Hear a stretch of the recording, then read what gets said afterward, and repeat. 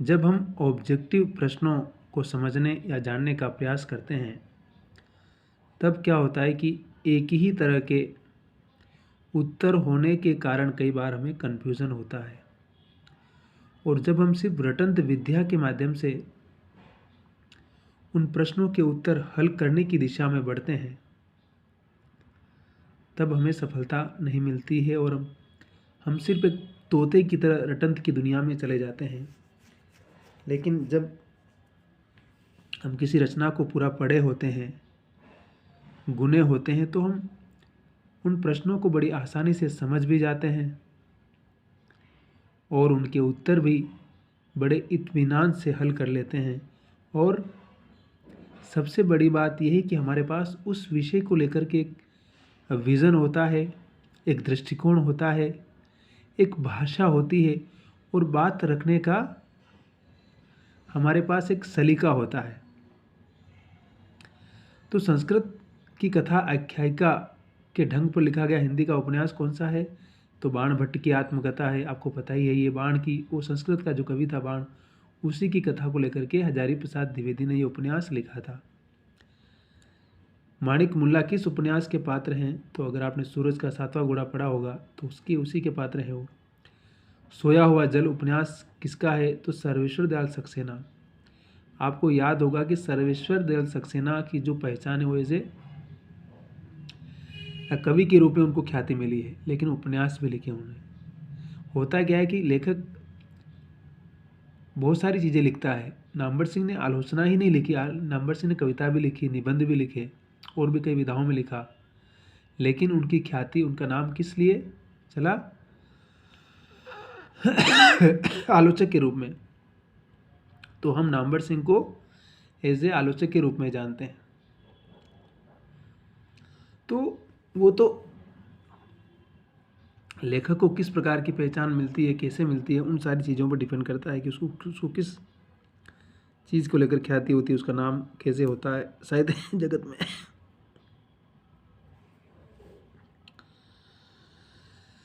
किस उपन्यास में पुराना वटवृक्ष गांव में विगत 100 वर्षों से हुए परिवर्तन का वर्णन करता है? तो बाबा बट्टेश्वर नाथ किसका है या नागार्जुन का? मृणाल किस उपन्यास की बात है? तो अगर आपने जैनेन्द्र कुमार का त्यागपत्र पढ़ा होगा, इसमें वो समाज की सारी परंपराओं को छोड़ करके बाहर निकल जाती है, समाज से समझे कि त्यागपत्र दे देती है।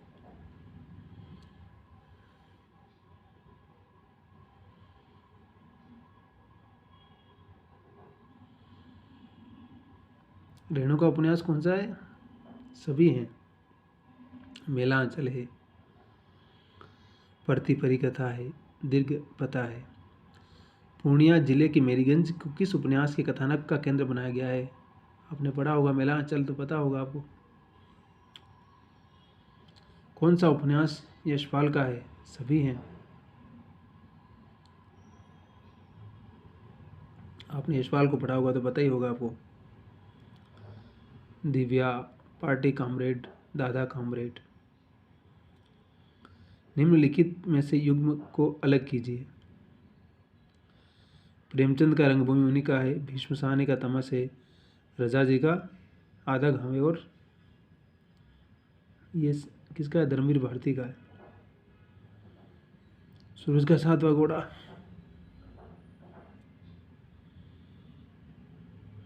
हजार चौरासी की माँ किसका है? बांग्ला उपन्यासकार जो थी ना, महाश्वेता देवी, आपको याद होना चाहिए, बहुत प्रसिद्ध उपन्यासकार थी वो।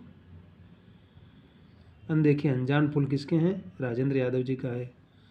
बंद दरवाजे सुमंगल प्रकाश। दीक्षा उपन्यास किस पर है? राम कथा के ऊपर है। नदी के द्वीप किस विधा की रचना है? अब देखिए, नदी की द्वीप कहानी भी याद रखना। नदी के द्वीप नाम से अज्ञे ने कविता भी लिखी, सॉरी कहानी नहीं, कविता भी लिखी और उपन्यास भी लिखा। तो अगर इसमें कविता का ऑप्शन होता तो इसमें कविता का ऑप्शन नहीं है। अब युग्म को सत्य करना। इलाचंद जोशी, सुनीता, जैनेन्द्र का त्यागपत्र, अज्ञे का अपने अपने अजनबी, वृंदावलाल वर्मा का मृगनयनी। तो इलाचंद जोशी का सुनीता नहीं है, जैनेन्द्र कुमार का है। प्रेमचंद की किस कृति को प्रतिबंधित किया गया था? आपको याद होना चाहिए। आज़ादी का जो मूवमेंट चल रहा था, प्रेमचंद खुद रचनाएं लिख रहे थे। सोजे वतन नाम से पहले उनका कहानी संग्रह आया था, उसको ब्रिटिश सरकार ने पहले ही प्रतिबंधित कर दिया था, सारी प्रतियां जब्त कर ली थी।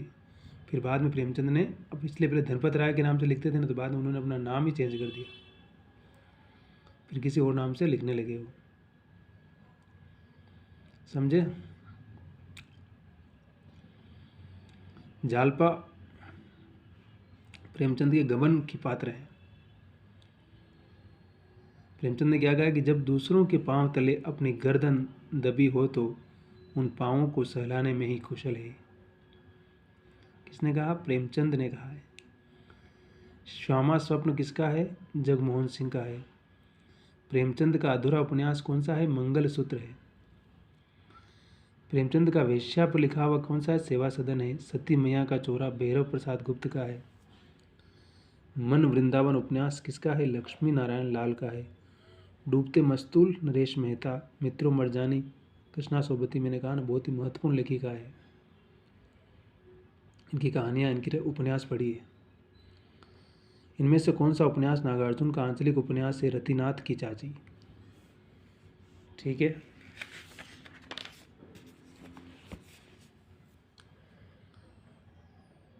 वीरेंद्र जैन का उपन्यास कौन सा है? पार। दारुल शफा उपन्यास किसका है? राम कृष्ण मिश्र का है।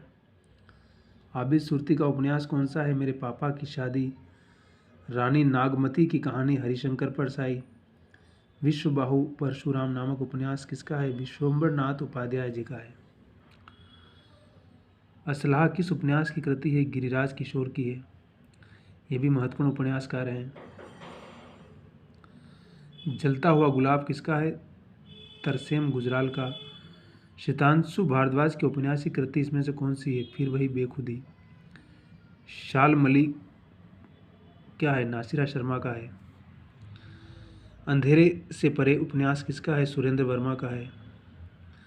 अपना मोर्चा काशीनाथ सिंह जी का। आप काशीनाथ सिंह जी को पढ़िएगा।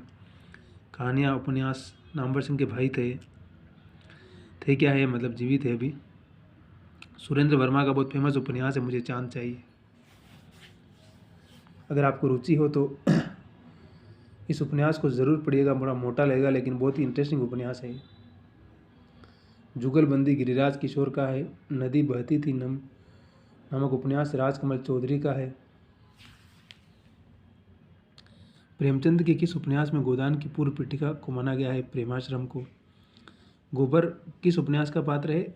तो गोबर गोदान का पात्र, रंगभूमि का नहीं। नीचे सॉरी गोदान है इसमें। क्या है इसमें? गोबर किस उपन्यास का पात्र है? तो गोबर गोदान का पात्र है। प्रेमचंद का कौन सा उपन्यास 1918 में प्रकाशित हुआ था? रंगभूमि। गोदान का प्रकाशन 1935 में 1936 में हुआ था। प्रेमचंद का जन्म कहाँ हुआ था? लम्ही में हुआ था। आप जाइए कभी लम्ही जाएंगे तो बहुत बड़ा दरवाज़ा बना रखा है और सरकार ने उसको बहुत अच्छा से डेवलप कर रखा है उस गांव को। उत्तर प्रदेश में है, बनारस के पास ही, जिसको हम काशी कहते हैं ना, काशी, बनारस, वाराणसी, तीनों उसी के नाम है। प्रेमचंद वहीं रहते थे। कौन सा उपन्यास पांडे बच्चन शर्मा उग्र का नहीं? अध खिला फूल। चतुरसेन शास्त्री का उपन्यास कौन सा है? आलमगीर। इनमें से कौन सा उपन्यास बुंदेलखंड पर है? वृंदावन लाल वर्मा का है। आपको पता है कि वहीं के थे और इन्होंने सारे के सारे जो उपन्यास कौन से लिखे हैं? वो ऐतिहासिक उपन्यास लिखे हैं। फ्रायड का जो मनोविश्लेषणवाद, मैंने पहले ही कहा है कि इलाचंद जोशी इस दुनिया के रचनाकार हैं। इनमें से कौन सा उपन्यास पति पत्नी ने मिलकर लिखा था? तो एक इंच मुस्कान। किसने लिखा था? राजेंद्र यादव और उनकी पत्नी मन्नू भंडारी। समझ गए? इनमें से आंचलिक उपन्यास कौन सा है? तो मेला आंचल है। किसका है मेला आंचल? तो फणीश्वर नाथ रेणु जी का है। यशपाल किस उपन्यास में देश विभाजन झूठे सच में बताते हैं? प्रेमचंद किस उपन्यास में देश प्रथा के दुष्परिणाम बताए गए हैं? तो निर्मला में बताए गए हैं। प्रेमचंद का कौन सा उपन्यास किसान जीवन की, मैंने पहले ही बताया कि गोदान है, होरी और उसकी पत्नी धनिया की प्रेम कहानी, त्रासद प्रेम कहानी है। नवाब राय किस उपन्यासकार का नाम था? प्रेमचंद का ही। भगवती चरण वर्मा का कौन सा उपन्यास पाप पुण्य की अवधारणा पर है? तो चित्रलेखा उपन्यास है। चित्रलेखा पढ़ेंगे तो पता चलेगा पाप पुण्य की अवधारणा क्या है। इनमें से कौन सा उपन्यास सबसे पहले लिखा गया था? चंद्रकांता। नरकटो के जीवन पर आधारित रांगे राघव का उपन्यास कौन सा है? कब तक पुकारूं। करनटो। टोपी शुक्ला किसका है? राही मासूम रजा का है। हिंदी का सांस्कृतिक उपन्यास इसमें से कौन सा है? हिंदी के सांस्कृतिक उपन्यासकार कौन से? तो हजारी प्रसाद द्विवेदी है। खंजर नयन किसका है या किसकी जीवनी है? तो सूरदास की। खंजर नयन की अंधे थे ना वो। त्यागपत्र किस समस्या पर आधारित है? नारी मनोविज्ञान पर। सुख दुख उपन्यास के रचयिता कौन है? अमृत राय। राई और पर्वत किसका है? रांगे राघव का है। क्याब किसका है? तो मनोहर श्याम जोशी जी को आप जानते ही अच्छी तरह से। उनकी भाषा भी अलग है और उनकी उपन्यास लिखने की एकदम विधा ही अलग है। उनके उपन्यासों को पढ़ेंगे तो उनकी कहानियाँ अलग ही दुनिया में ले जाएगी आपको। वृंदावन लाल वर्मा के उपन्यास किस वर्ग में आते हैं? तो मैंने पहले ही बताया था कि वृंदावन लाल वर्मा कौन है? तो ऐतिहासिक उपन्यासकार हैं। हिस्ट्री को इस गल्प में कन्वर्ट करने का काम करते हैं वो। शेखर एक जीवनी किसका है? तो अज्ञेय जी का है। जैनेन्द्र कुमार का उपन्यास कौन सा है? परख फैला है। मृणाल की आत्मपीड़न में किसमें है? तो त्यागपत्र में। बता ही चुके, पहले ऊपर भी आ चुका है। झूठा सच 1957 में प्रकाशित हुआ था। भीष्म साहनी का कौन सा उपन्यास विभाजन की मानसिकता को बताता है? तो कौन सा है? तमस उपन्यास है उनका। तमस, तमस का मतलब क्या होता है? अंधेरा। जिप्सी किसका है? इलाचंद जोशी का है। कौन सा उपन्यास मनमोहन राकेश का है? तो अंधेरे बंद कमरे। चंदर और सुधा किसमें है? तो गुनाहों का देवता में। गुनाहों का देवता किसका है? तो धर्मवीर भारती का है। समझ गए? गुनाहों का देवता किसका है? बहुत फेमस उपन्यास है, अगर आप पढ़ना चाहें तो पढ़ सकते हैं। 18 से 20 साल के जो युवक की प्रेम, मतलब त्रासद प्रेम कहानी, दुखद भरी प्रेम कहानी है। लखनऊ मेरा लखनऊ किसका है? मनोहर श्याम जोशी का। उपन्यासों को सही क्रम में लगाना है। परीक्षा गुरु, नूतन ब्रह्मचारी, निस्सहाय, हिंदू और चंद्रकांता। प्रेमचंद का उपन्यास कालक्रम में क्या है? सेवा सदन, रंगभूमि, निर्मला और गोदान। ठीक है।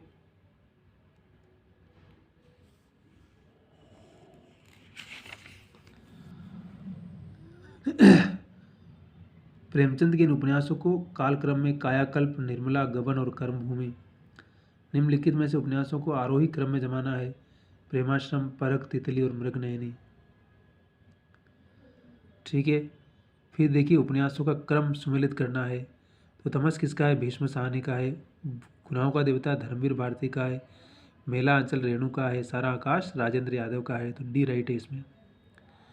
तो ऐसे आप समझेंगे तो बहुत सारी चीज़ें अपने आप समझ जाएंगी। इसलिए प्रैक्टिस करते रहना है और पढ़ते रहना है।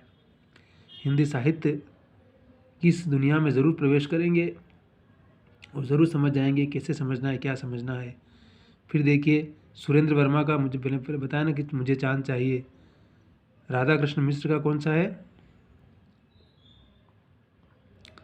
राधा कृष्ण मिश्र का है दारुल शफा। ज्ञान चतुर्वेदी का कौन सा है? नरक यात्रा। विवेक राय का कौन सा है? सोना माटी। ठीक, तो ये हो गया। फिर उनको काल क्रम के अनुसार बताना है। आरोही क्रम में प्रेमाश्रय, सुनीता, शेखर एक जीवनी और मेला आंचल। ठीक है ना। तो इस प्रकार से अगर आप समझेंगे, हम समझेंगे, तो ज़रूर हमें उपन्यास और उसके कालवर्ष के बारे में जानकारी हासिल होगी और तथ्यों की डाटा हमारे पास आएंगे। बाकी अगर हमें गहराई से समझना है उपन्यास को तो हमें पूरे टेक्स्ट को पढ़ने की आवश्यकता है। अगर हम पूरा उपन्यास पढ़ेंगे तो हमारा ज्ञान वर्धन होगा और हमारी समझदारी भी बनी रहेगी। तो बने रहिए, हंसते रहिए, मुस्कुराते रहिए और मस्त रहिए और आबाद रहिए। और नेगेटिविटी से अपने आप को मुक्त करके हंसते रहना है, मुस्कुराते रहना है और निरंतर काम करते रहना है। एक भी दिन को मिस किए हुए हमें अपनी प्रैक्टिस को जारी रखना है। शबा खैर। Thank you.